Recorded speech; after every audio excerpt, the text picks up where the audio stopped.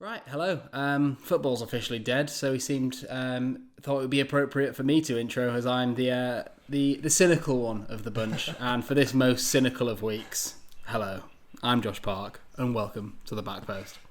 Joining me is Jay and Adam. How are you? What an intro! It's only dead for you, Josh, isn't it? Yeah, I mean it's dead. I mean we're going to talk about Liverpool first, Adam. So I'll pipe down on that one.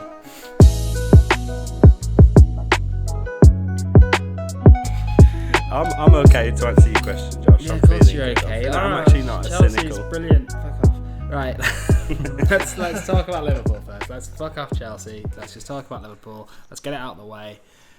I've got some points to make. Go on, hit 'em with us. I'm sure a lot of people want me to come on, and Adam especially would want me to come on right now and say, you know what, Liverpool have won this league. There's an asterisk by it. There's water breaks. There's 5 substitutions. There was a 3-month break. There's water breaks. Why is that the first thing? It doesn't count. There's water breaks. The thing is, I can't say that, can I? There's no asterisk by this title anymore. There was a chance that they would win it on goals per game or points per game. That didn't happen. They were going to win the title. They've come back and they've won the title. Like, what can we say apart from, well done to Liverpool. Well done. This was I was going to say the same thing. I was going to add in my notes. They won their league. They did it in a very good fashion. 20 points clear, whatever it is. All you have to do is say well done and hopefully move on to the next one quickly. I think. FA Cup. No. I think the one thing I would like to say, and it's a damnation of Tottenham, and in Liverpool winning the league doesn't really have anything to do with Tottenham, although one thing that really does strike home is that this is a Tottenham team that finished above Liverpool, I think 7 out of 9 of the last seasons, I think, or no, because last season it was 7 out of 9 of the last seasons, and we end up in a position where we sell Eriksen for about 4 million. It was like 12.5 odd million or something, and they sell Coutinho for nearing 100, and we were so much better for Liverpool for years, and that's a mad thing to say. And we've built a stadium, but we know it's mad to see a decline compared to a rise, especially when you get the nice little story of us both reaching that Champions League final and the real fucking fork in the road coming at that point. It's a sad. You have such a sad angle on this. Well, I'm just there was a real chance I believe for Tottenham to do what Liverpool did, and the boat will come again. But oh well, let's fucking enjoy 8th. You were close. Yeah, I mean, I think you've just got to give them credit, man. The team itself have played so well this season.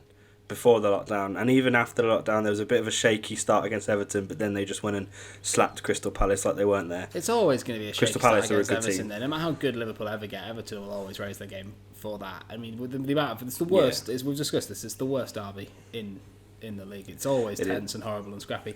But they did it. They beat Palace. I would have personally loved to be sitting here talking about a big game between Liverpool and City next week. Well, this week, sorry. But for the title, I mean, obviously the title would go to Liverpool anyway, but to dethrone the champions by beating them is the best way to do it. I know it doesn't really matter because of the no fans thing, so it is sad we don't get that, but yet again, Chelsea deliver more miserable things to all our lives. I think it's interesting as well, like now that they've won the league, now that, that whole cloud above their heads has gone. Now, like, how do they move forward now? Because they've still got a brilliant team. The team isn't that old. They're probably favourites for next season, don't you think? They're probably favourites for the next couple of seasons. However, we have to see, what scary throwing money at the problem Chelsea do again. If United can assemble the players they've got underneath a competent coach, they could do bits. Honestly, City get a centre back. It's complete knife edge for Tottenham. Either Mourinho's going to get some players, or we're just going to fall. So it'll be really interesting. I think it'll be a lot closer. I think next season it'll be a lot closer because, like you said, Josh. However, I don't want to say this, but I still think they'll win it. Yeah, I think they will too. But I think also what you have to remember is just if there's a glimmer of hope that any football fan staring into a dark place, can't believe quite what's happened, there's a tear rolling down your eye, I'm just going to say to you, Klopp's last season at Dortmund, they won a league, they got to a Champions League final, they were a fantastic team, and then something a little thread just came loose, and suddenly they were battling relegation for half a season. So there's hope. There's hope. All right, let's move on from this Liverpool win. We'll go back a little bit. Spurs beat West Ham. Josh, you actually got a win. Kane got a goal. Was it a good game? Yeah, it was a very good game, actually. It was one of those ones where it could have, 2-0 sounds decent, but 3-0 always is like, as soon as you get past 3-0, it's a spanking, isn't it, in the Premier League? And if it wasn't for VAR, yet again, ruling out Son's left arse cheek, it would have been 3-0 with a great finish. So, it's one of those things. It was a brilliant goal, that was. It was a fantastic, and it was one of those things where I would personally say that was a goal, and West Ham provided nothing, and the own goal was hilarious. So you can't really ask for much more, really, against West Ham. It was fine. I can't really remember much of it. And then Kane, the thing they were talking about, which was really good, was the fact that for Kane's goal, he exploded past the West Ham defence, and after the amount of injuries he's had, there was a question whether he would, he's always going to be able to finish. He's like Teddy Sheringham. He's always going to be able to put the ball where he wants to put it. But the question is, can he get into those positions to do that? And thankfully, the answer is yes, still, for now. No, it was good. I mean, it was a big game for Kane, wasn't it, really? No, it's a massive game for him. And everyone played, actually. This new back four we've got is I'm liking it. I mean, don't get me wrong, I've spent years loving the Alderweireld and Vertonghen combination. They're some of my favourite players ever at Tottenham. But Dyer and Sanchez, I'm like, let's go. It's mad, that is, because I remember when we saw the lineup against United last week, and we were like, what is going on? Yeah. And in the 2 games since then, they've played so well. It's been brilliant. And also, I mean, obviously what makes it work so well, and what really does sometimes show the lack of... I know it's difficult to get a grip of every team when you're a commentator, but the commentary was on, and do you know what the complaint was, which really annoyed me? It was the fact that Aurier is making a lot of runs and space down that right-hand side, and Ben Davies is not matching him. It's like the commentator didn't realise that we clearly transitioned to a back 3 to allow Serge not to have to defend, because that's not his strong point.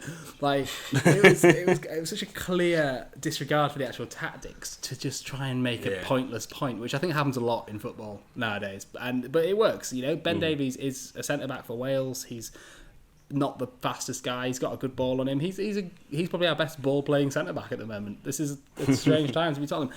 I'm not going to say much more about it. It was a fun game. It was fine. Bring on Sheffield. Okay. Bring on the sinking stone that is Sheffield, who I'm sure will not win another game this season, apart from dragging us another few places down with them.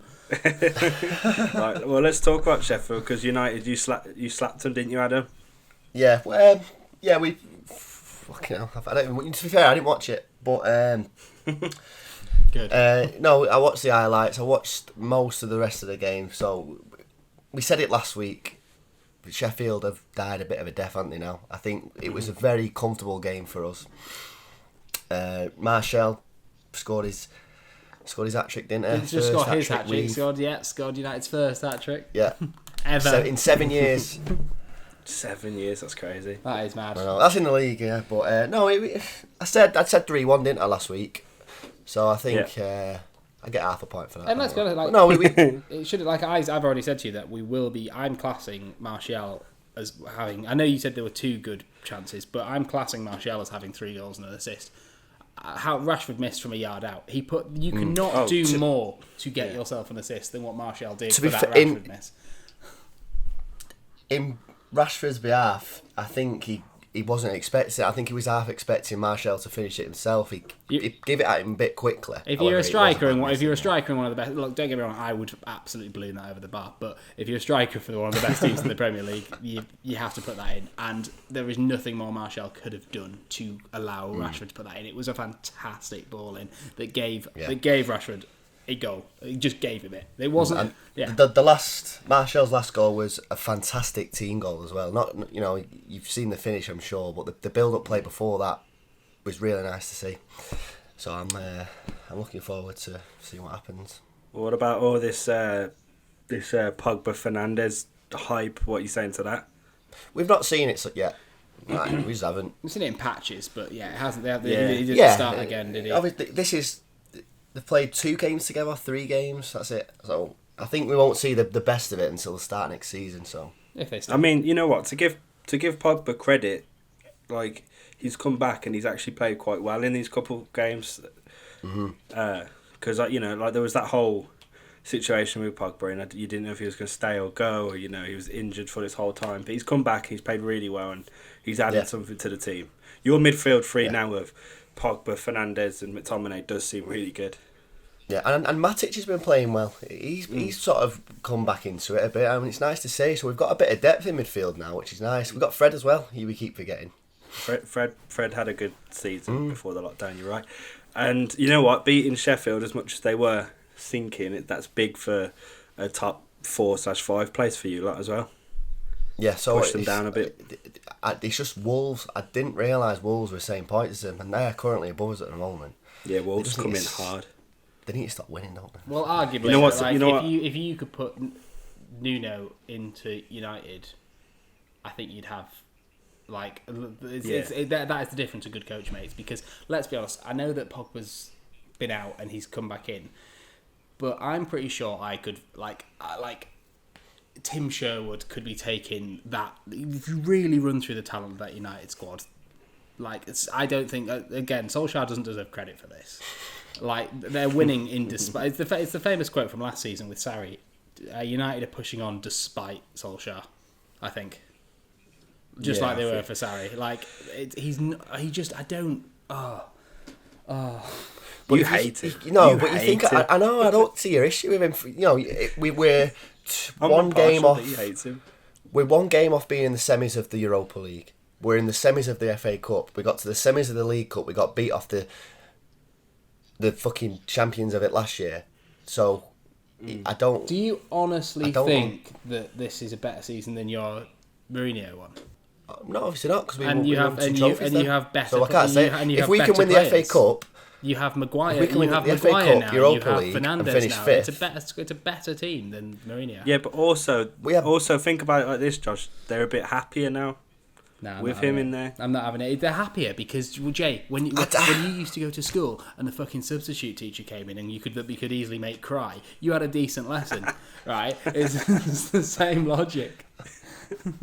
That's a good one, mate. But again, you're saying this about Mourinho. Look, he's dragging you down, mate. He's not dragging us down at all. What's he talking about? He is, they were down, and they're still down. He didn't drag them off. He's not the if we're going to go there with managers, he's not the manager that's going to bring you up to top 4. No, neither Solskjaer. I mean, Solskjaer's not the manager that will bring success back in terms of what United fans think success. Liverpool are the hot topic right now, but that does not stop United being the biggest club in England, if not the world. We'll have to see. It's his first season. We got to 3 semi-finals potentially. We can still get 5th, 4th. Let's see what happens. You can't slag him off. We're not even full through season. The season. season. It's a bit nice, isn't it? He took over halfway through last. He had half of last season, but he did quite well in the Champions League last season. Yeah, but that was a new manager, Baz. I could have gone into United. We were there for that PSG game. Yeah, I know. The PSG game, if we not forget, had the most that should never have gone to United. Do not forget that handball. Yeah, that handball. Something I saw interesting this week as well. Excuse me, was our last game of the season's Wolves, and United's last game of the season is Leicester. So it's like this could go down to the last day. Or you could all get draws, and Tottenham could sneak past everyone. Hello. Mourinho, this is my greatest achievement. I think it will go down to the last game of the season, to be honest, for 4th place anyway. Well, because Leicester started to drop. We're only 1 point behind them now. Wolves have been really good. You guys have showed promise. We've actually played a lot of won all 3 of our games so far. It's gonna be close, man. It's gonna be tight. It's kind of scaring me now. Because at the start before the lockdown, I don't know why I had this false sense of top 4 was done for us, but it just isn't. Let's move on to my game. Chelsea beat City, the game that ultimately won Liverpool the the league, which is kind of annoying. But it was an absolutely mental game. I don't know if you guys watched it. I did. It was just mental. Like, we were on ropes for like 80% of that game. City were just doing their thing. We had Pulisic, who had like that brilliant, like the City defense made a mistake. Pulisic ran in and got a really good goal, to be fair, to bend it around the keeper. And then from that point onwards, we were just on ropes, like absolutely getting twatted with possession, and they were like, but they were never just shooting enough, do you know? And also an absolutely. I will actually praise Chelsea in a second, but a special mention to that free kick. Oh mate, I didn't even move. I was watching it, and I just went, nice. Like, I didn't even react because it was just so good. I made an audible sound. I went, oh, like when it went in. I was like, but I was just like, when I saw the space, and I saw Kevin over the ball, and I just saw it going in actually, and then he exceeded my expectations and just was put it in the toppest of bins. Yeah, it was good. It was but what I will say, and it's a very strange point, because yes, you're right, Chelsea were on ropes, but then I think Chelsea deserved to win it. But then I also think that that City imploded, and really, so it's a very confusing one to analyse, because I think you deserved to win. It was a crazy game. We soaked up a lot of pressure. We soaked up a lot of pressure. I mean, Sterling hit the post in the 75th minute. That's always going to help you, isn't it? Exactly. Yeah, exactly. I mean, credit to Kyle Walker, man. Do you see how quick my man was running? Kyle Walker was actually. But then let's talk about Fernandinho's brilliant save. It was. I think what's really sad about that is because what an actual save it was from Henderson beforehand. Oh God, yeah, it was an incredible save. I was because it was a couple like rebound and a brilliant save, and I was screaming, just fucking go in. And then Fernandinho went, okay, Jay.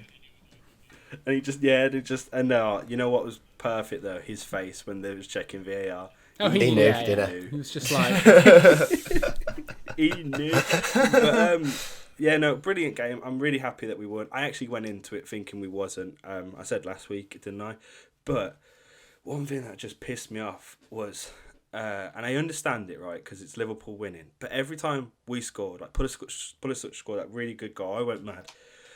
And then they showed the Liverpool fans celebrating. Yeah, you have to understand. Nah, if you were watching Sunderland v United and Sunderland scored to give Chelsea the title, that is a bigger emphasis on Chelsea than it is Sunderland. Yeah, yes, but like I understand it. I do understand it, but like it was as if it was them fucking playing. Like honestly, there was every time there was a good move, that's good for Liverpool. They didn't even say it was good for us. It's brilliant for us because we're keeping the gap. I think at half time, Jake Humphries was the first person at half time to go, remember, this is good for Chelsea. I was like, oh yeah, cheers, halfway through, Jake. I do like Jake. But I think what you have to remember as well, my most memorable one of that is the Battle of the Bridge, where we gave Leicester the title, and the game was so good that actually Leicester winning the title almost took a back seat.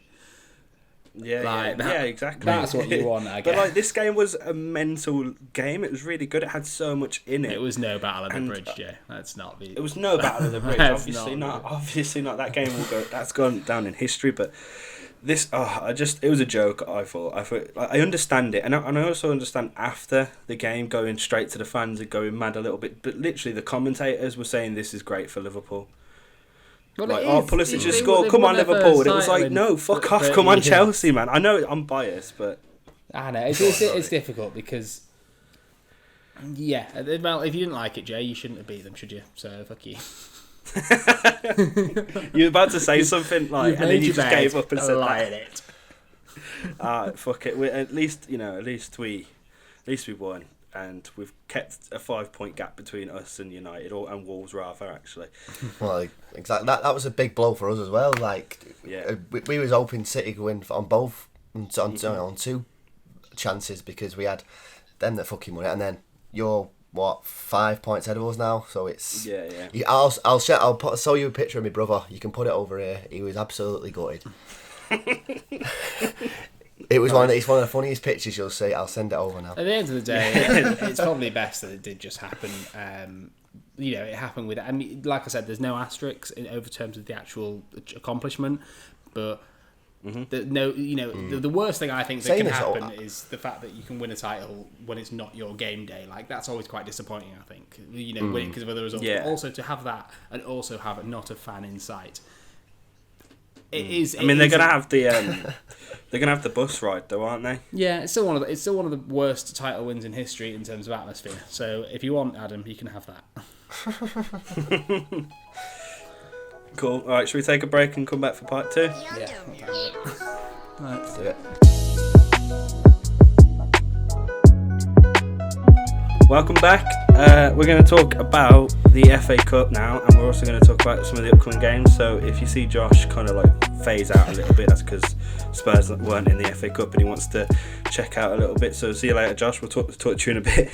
Might just go make a brew. Go on, if that's what... Oh, I wish I was there. You make me one as well.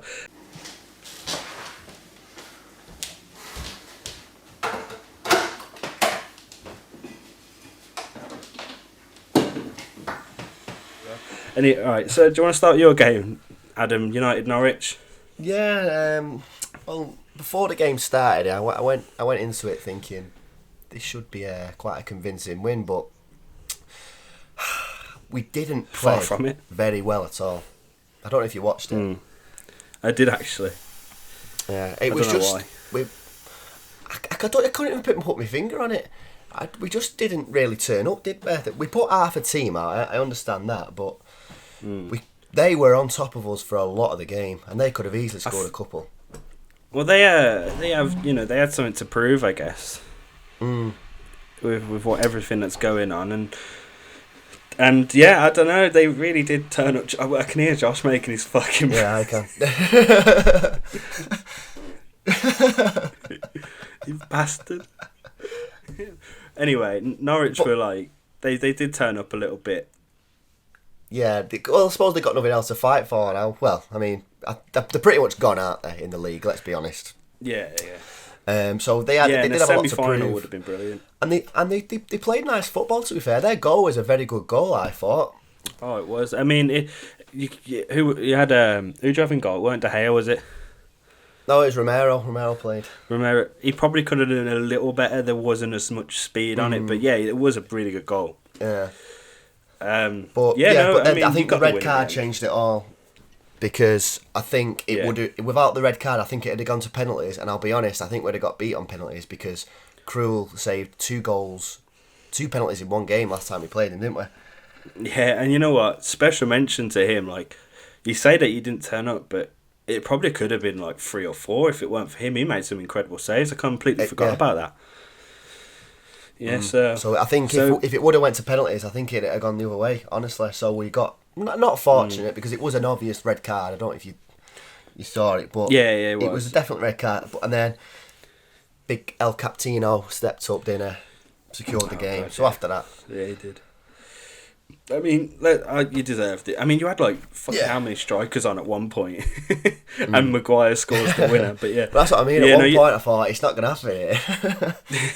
But no, you deserved it in the end, I guess. And then for us, Chelsea, we played Leicester yesterday. Did you watch this game, Adam? I didn't know. Mate, so for the first half, we were like, that's probably one of the worst performances I've seen in a while from Chelsea the first half. And you know what? Frank came out and said it. He was like, what the fuck was that? Like, from kickoff for the first 25 minutes up until the drinks break, they were all over us. We're lucky not to have conceded. It was just an absolute shambles, but we kind of soaked it all up. We were lucky not to score to concede, and then not much happened after that. But then at half time, I've got to give a lot of credit to Frank. He made 3 subs at half time. Gilmour had a bit of a shoddy game. He defensively he was brilliant, but he just kept losing the ball. Like, he kept passing it to them. Is that a defensively good performance? I'm back, by the way. Hello, Josh. No, so like his tackling was really good and like his positioning was quite good, but when it came to getting up and out, which is something he showed a lot of promise in before, he didn't have it.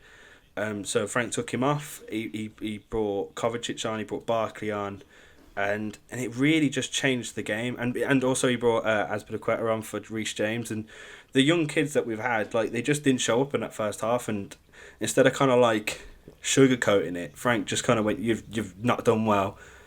We've got to get a result here," and he's brought on some of the way it should be, isn't it? more senior players. Yeah, and I think you got to give him a lot of credit for that, because I think that must be quite a hard thing to do. You know what I mean? And from half time, that was it. We were much better at team. We had a couple more chances. We were much more attacking, because in the first half, like, Leicester were all over us. And yeah, no, it was really good, and I think it's a big lesson to learn for them kids that had to come off at half time, and I think it'll do them some good. It'll show them that, you know, they've got to be better in games like this. And yeah, Barkley got a goal. I mean, Barkley could have had a great assist if he didn't pass it behind Loftus-Cheek later on as well, but we won in the end, 1-0. It was a bit of a boring game, actually, other than that. I mean, I forgot about the that actual decent white away strip you have that you own. Oh, like, it's beautiful. nice. That's what I mean. So our first, I exactly the first game we came back against Villa, we should have been wearing the white kit, but we was wearing the black one for sales, and then like, the white kit is beautiful. I think it really is. And also, just out of curiosity, do you play Leicester again, or have you had your 2 games now? I can quickly check. No, sorry, you sure. was it you that have them on the final day, or was it? No, you have Wolves. No, it was. We've got them Wolves on the last day of the Okay, season. so- Chelsea have Wolves. We don't. Okay, so maybe there might be a cut here, but do you play Leicester again? I think that's an important question. No, we don't. Okay, No, we so don't. even though you don't play Leicester again, I think as well, if you win the FA Cup, fantastic, obviously, but also the fact that you've beaten... Oh, fucking hell. What's just happened there? No? Okay. I heard, yeah. Adam? Sorry. Hello? I think I just looped through your audio there, Adam. Anyway, sorry, I'll start. Can you hear me now? Yeah, it's all good. I'll start again. Even though you don't play Leicester again in the league, it's being a point behind them, such a psychological advantage now to finish third. The fact that you've 100%, yeah. 100%, yeah. Like, we know we've had that one over them. We've knocked them out of that. They have not actually come back as strong as they would have hoped to, I reckon, as well. Because they've dropped some points, like they drew against Brighton, they drew against Watford.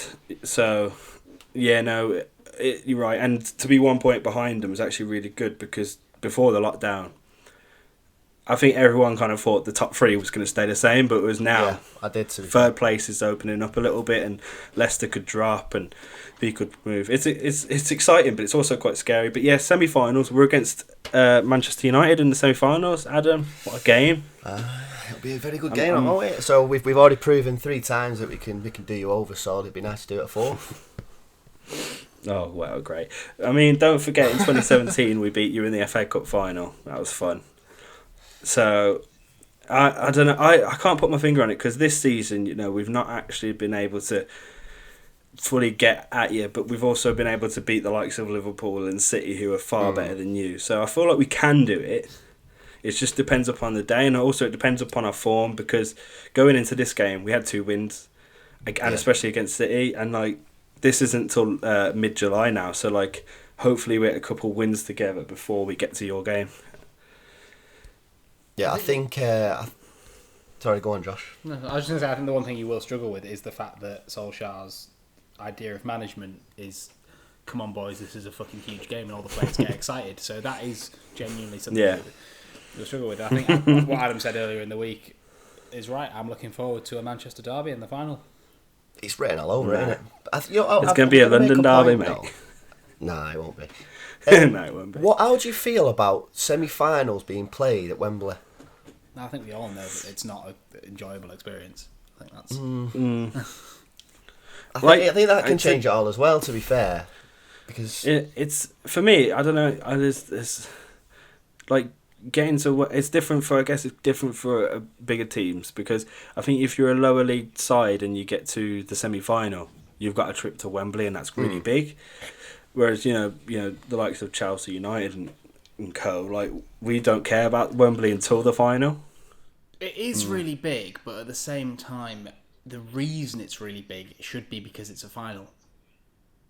Like, Yeah, that's exactly. what it should be. It's the home of football. If you don't do well enough, you don't deserve to be there. Like this isn't a charity to give out a Wembley trip. That's the job of mascots. Like the entire competition is played by drawing home and away.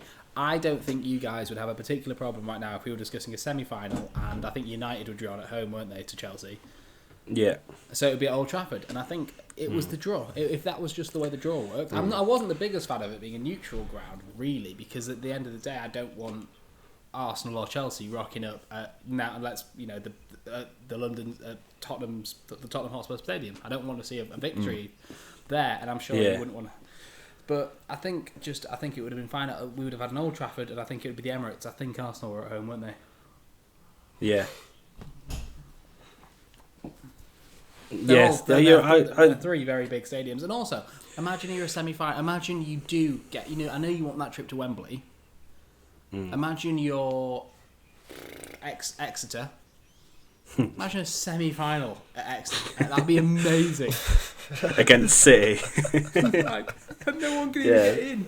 It'd be incredible. There's 5 City fans. Yeah, no, you're right. I agree. Semi-finals, it doesn't need to be Wembley. The final, of course, but semi-finals now.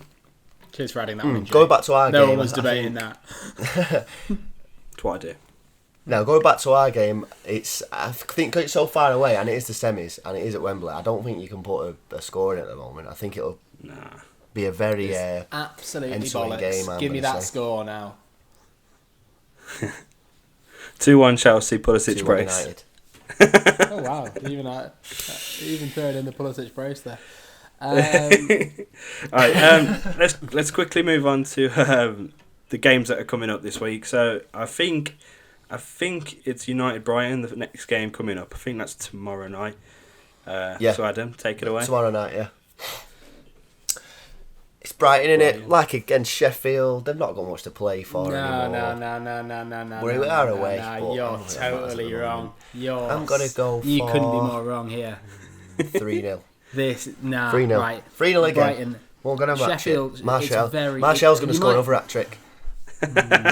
You might win this game. You probably will win this game, but this isn't a Sheffield that have lost momentum. This is a Brighton still hanging above that danger zone with an utterly solid defence, a striker who knows how to score, a competent midfield. They've done Tottenham 3-0 this season. They've done Arsenal 2-1. I don't think they've beaten Chelsea, but they've made teams work. I'm pretty sure they did us last season. They've done the treble at Arsenal now. Like, the last 3 games that they've played Arsenal, they've won. Don't sleep on Brighton, man. They've done the treble. Do not sleep on those little seagulls, because before you know it, Solskjaer's going to look up and he's going to get seagull shit in his eye. You know what? It is a difficult one, to be fair, because United do better against the top clubs. We've said this plenty of times, and these are 15th, so. They will underestimate Brighton, and they will. Even if you do win, you will make it harder than yourselves. This will be the hardest game you face since coming back, I think, apart from Tottenham, because you got lucky as fuck against that one. Quick dig from that one. Yeah. Well, Josh, you've got Sheffield. I've already said what I have to say. We should beat them. They've lost momentum. They're sinking like a stone. If you've got a fantasy team, sack them off. Fuck them. Get them out. But they'll probably still somehow beat us. You're fucking heartless, man. I was so happy for Sheffield. Now I think they'll beat you. This might be the game they turn it all around with, you know, because you've now gone above them in the table. They're 8th and you're 7th. Maybe We've now want. Gone above fucking Sheffield in the table with 7 games left to play in the season. Who'd have fucking predicted that one at the start? Mate, remember at the start when Sheffield came up and everyone went, "Oh, they're relegation fodder," and we still had Pochettino and we were coming off the back of a Champions League final. I miss those times. God. The start of this season. How a season can change everything. No, this could be the game they bounce back. You know, they do really need it. Yeah, so do we. Absolutely get fucked, Sheffield. Honestly. Fuck off. I'm whispering Sheffield to my mic. Fuck off. Enemy. Fuck off, Sheffield. I've dropped Lundstrom from my team. He scored an offside goal against you guys. Right, so fucking, he's done. Flex out. Fucking, they've gone. They're nothing. I've still got Henderson and Lundstrom. They're little bubbles have burst, and if you like That's a bubbles, lie. join West Ham. Fuck off. Speaking of West Ham, we've got West Ham this week. Talk about West Ham, Josh. John.